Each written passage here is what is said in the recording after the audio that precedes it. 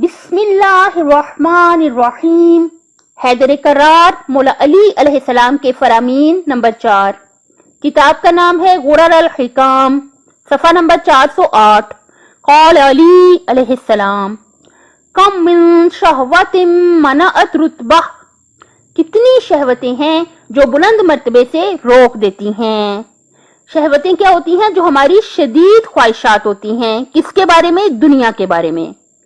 جو دنیا کے بارے میں ہماری شدید خواہشات ہوتی ہیں، جیسے کسی کی شہرت کی خواہش ہو، جیسے دنیا کی چیزوں کی خواہشات ہیں، یا دنیا کی جو محبتیں ہیں، دنیا کی لوگوں کی جو شدید محبتیں ہیں، وہ کیا کرتی ہیں؟ وہ بلند مرتبے سے روک دیتی ہیں.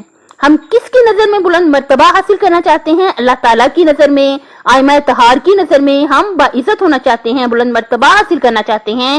تو ہمیں چاہیے کہ جو ہماری خواہشات ہیں، جو شہوتیں ہیں، انہیں ہم جو ہے کنٹرول میں رکھیں اور صرف اللہ تعالیٰ کے بتائے ہوئے قوانین کے مطابق ہی اپنی خواہشات کو، اپنی شہوتوں کو پورا کریں.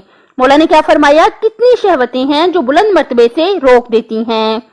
کتاب کا نام غرر الحکم ہی ہے، صفحہ نمبر 384. قال علی علیہ السلام: بالحلم تکثر الانصار، حلم سے دوستوں کو بڑھائیں.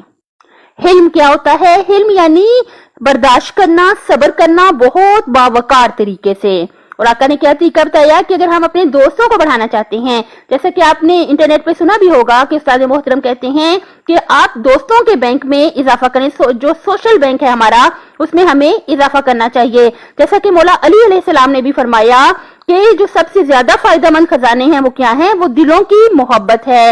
تو ہم اگر چاہتے ہیں ہمارے دوست بڑھ جائیں، بلکہ ہمیں دوستوں کو بڑھانا چاہیے کہ یہ سب سے زیادہ فائدہ مند خزانے ہیں کہ ہم مخلص اور ایسے دوست جو ہوں کہ جن کی آپس میں محبت ہو، جو ایک دوسرے کے لیے قربانی دے سکیں. ایسے دوست اگر ہم بڑھانا چاہتے ہیں تو مولا نے کیا طریقہ بتایا؟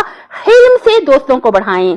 یعنی بہت باوقار طریقے سے، بہت صبر اور تحمل سے چلتے ہوئے، اگلے انسان کی خامیوں کو قبول کرتے ہوئے، اگلے انسان کی برائیوں کو قبول کرتے ہوئے ہمیں یہ جان لینا چاہیے. آپ نے خود بھی فرمان سنا ہے کہ جو بے عیب دوست کو تلاش کرے گا، کوئی ایسا دوست جس میں کوئی عیب نہ ہو، تو پھر وہ تنہا رہ جائے گا.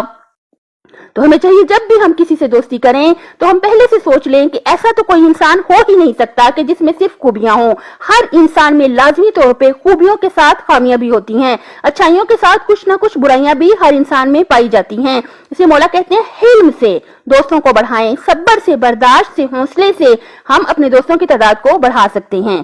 اپنی صحت، آخرت اور خالق کی مخلوق کا خیال رکھیے گا. اللہ حافظ.